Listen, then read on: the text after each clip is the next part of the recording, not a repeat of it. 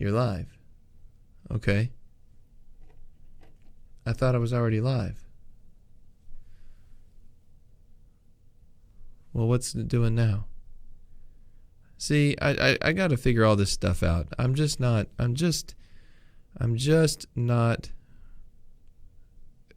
aware enough. Whatever. If you can see me, you can see me. I think you can see me. It says live. It says everything is live. So I think I'm good. If you see me, great. If I have to explain this again, it's that for the last 2 weeks, I was talking to myself and have not been live at all. We're going to get into the text and quit making excuses of why I'm an idiot and start actually focusing on Scripture. I was saying that last week we had a question emailed to me, and I responded to it in the video, and then of course later on in the week I realized, well, it wasn't even there. And so then the person on Sunday asked me, did I see their email, and kind of threw me for a loop there for a second. So I'm going to answer that question again, and the question has to do with one of the parts of the Apostles' Creed, that is where we confess that Jesus descended into hell.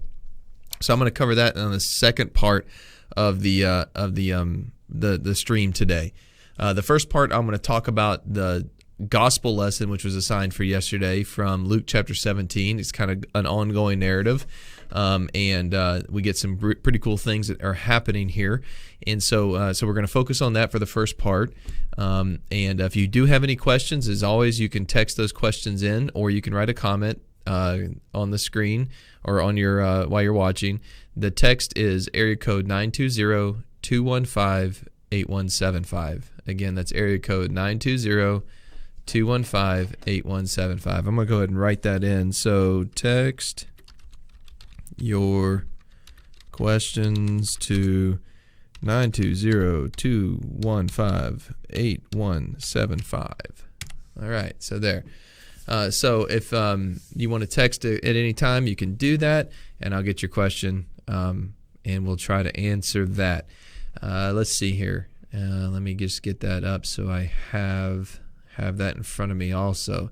You know, one of the other things is I opened up the program today. Haven't changed a thing as far as the settings, right? And then all of a sudden, haven't changed any settings, and then now I've got this weird like black spot, black space. Look, let's see. How do I? There. This black space right here. Right? I don't understand that. I didn't change anything. It was like a full Bible the other day, right? And now it's not. Whatever. I'll figure it all out at a different time. Or maybe I'll never figure anything out. All right.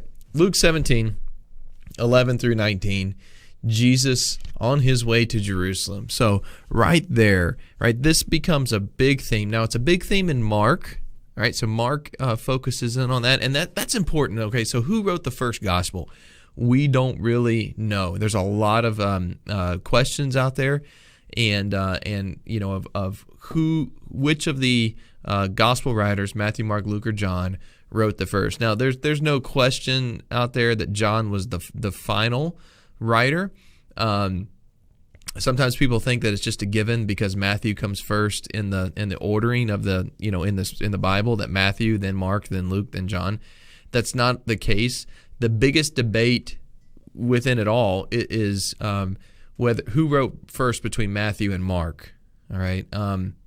Usually there's no argument or no discussion about Luke in Luke's writing, because he tells you right from the beginning he's researching all of these documents and things that have been recorded up to that time. Anyway, there's just some interesting history there about who wrote the first gospel.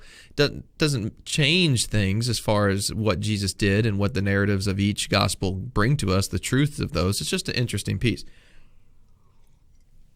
So Mark's gospel has this, kind of focus on Jesus heading to Jerusalem. Luke's gospel picks that up also. And so you see that throughout the Gospel of Luke, right? And it's mainly, Jesus turning his face towards Jerusalem, heading toward the final thing that he was sent to do, and that is to die on the cross. To be crucified, which is a terrible thing. So he's on his way to Jerusalem. That is both a geographical importance to this, but also a bit of a just a reminder of what Jesus' mission was to do. Now I'm going to open up a map here because I want to show you kind of where we're talking about and what is going on, what's important with some of this. So let me back out a little bit. We're going to take a little trip. Take a little trip with me. All right, so we're going to go over to the land of Israel. All right, called Israel now. All right, so in what you're looking at right here is, and I'll put a little dot. Oops, I didn't want to zoom in. All right, so you got the Sea of Galilee up top, all right, in Israel, and then you've got the Dead Sea down below. Okay, now this whole region right here is Israel. Okay, and so where Jesus is heading from in the text is he's heading down to Jerusalem. This isn't his first trip there, most likely. All right, and we all already know that from like when he was age 12 that he went to Jerusalem, but he probably went on several different occasions down to Jerusalem, down to the temple. This trip now is the important part. So what you've got, if you can just, I wish I could circle this, and so that you could see. It doesn't matter. It's not going to matter if I use a mouse here. But one of the what I could do is this. What I could do is come here, and this way you can see better. You see better what I'm talking about. So I'll go to Maps, okay, and let me do. Oops, don't want to do that.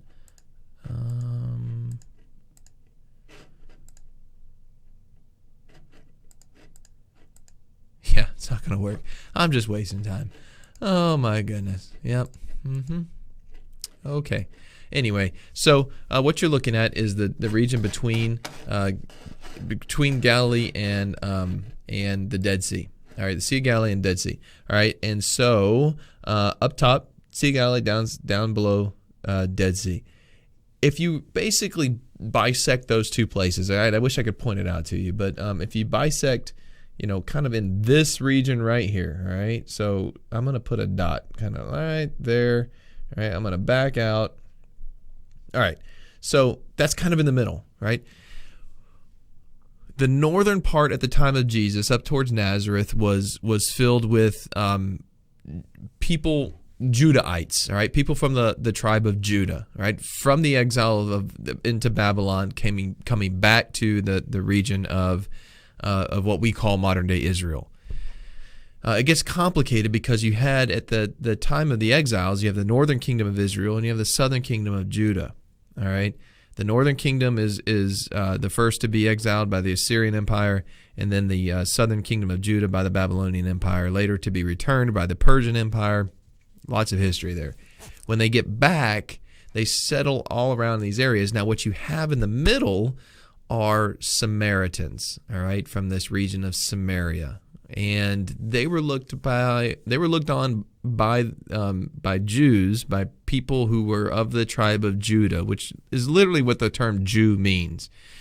It refers to a religion, yes, but the term Jew really means of the tribe of Judah. It comes from the Hebrew word Yehudah, Judah, or Judah, and so that's who and so anyway, you have people who kind of stayed there in this region that's going to be called Samaria, and they intermarry with the local Canaanites and whatever, and they develop this own culture, which is like it's weird. It's kind of different. They know the God of Abraham, Isaac, and Jacob, but they also have become culturally, worshiping or at least acknowledging false gods like Baal or Baal.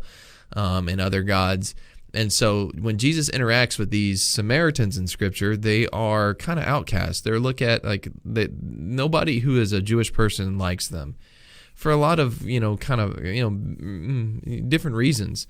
Some of it racially, if you want to, they wouldn't use that kind of language. They wouldn't use racial.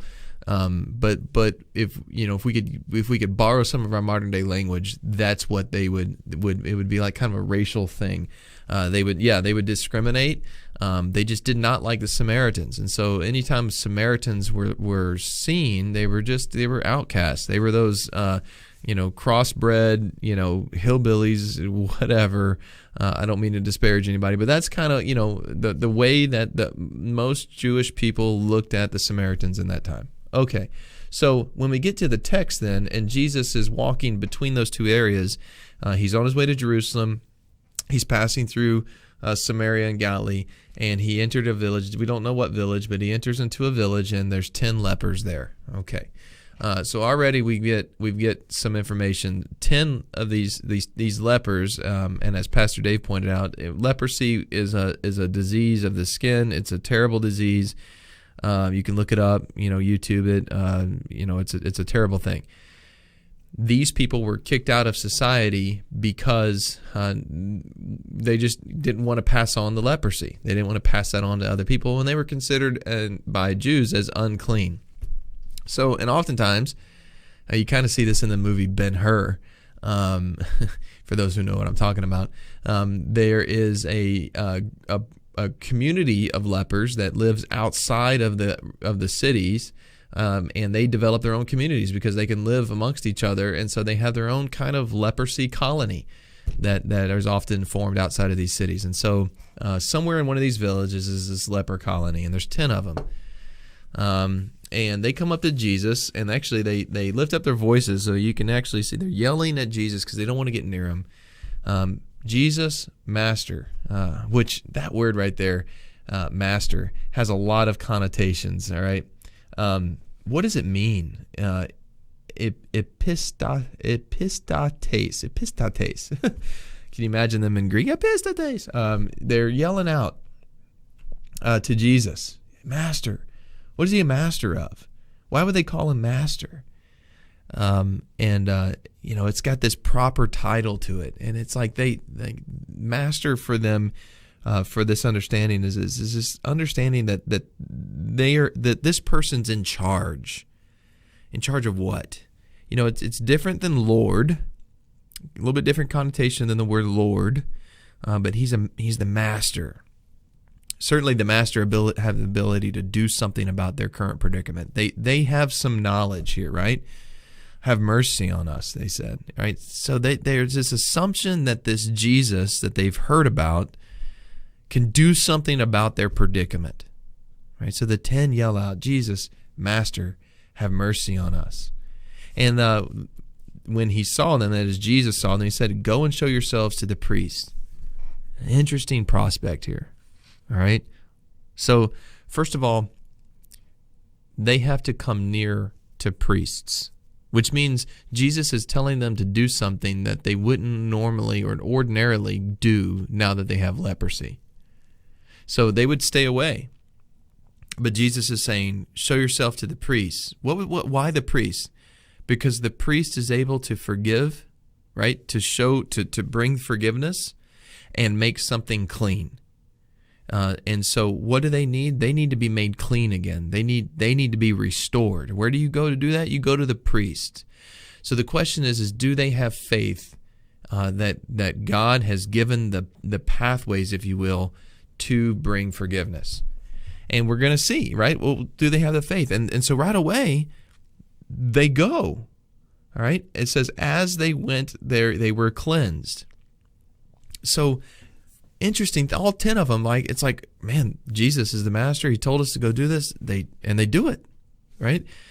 Now, we could pause there and start thinking about our own, if we are desperate and somebody gives us an answer for our desperation, we're probably going to do that. So it doesn't have to be a whole lot of faith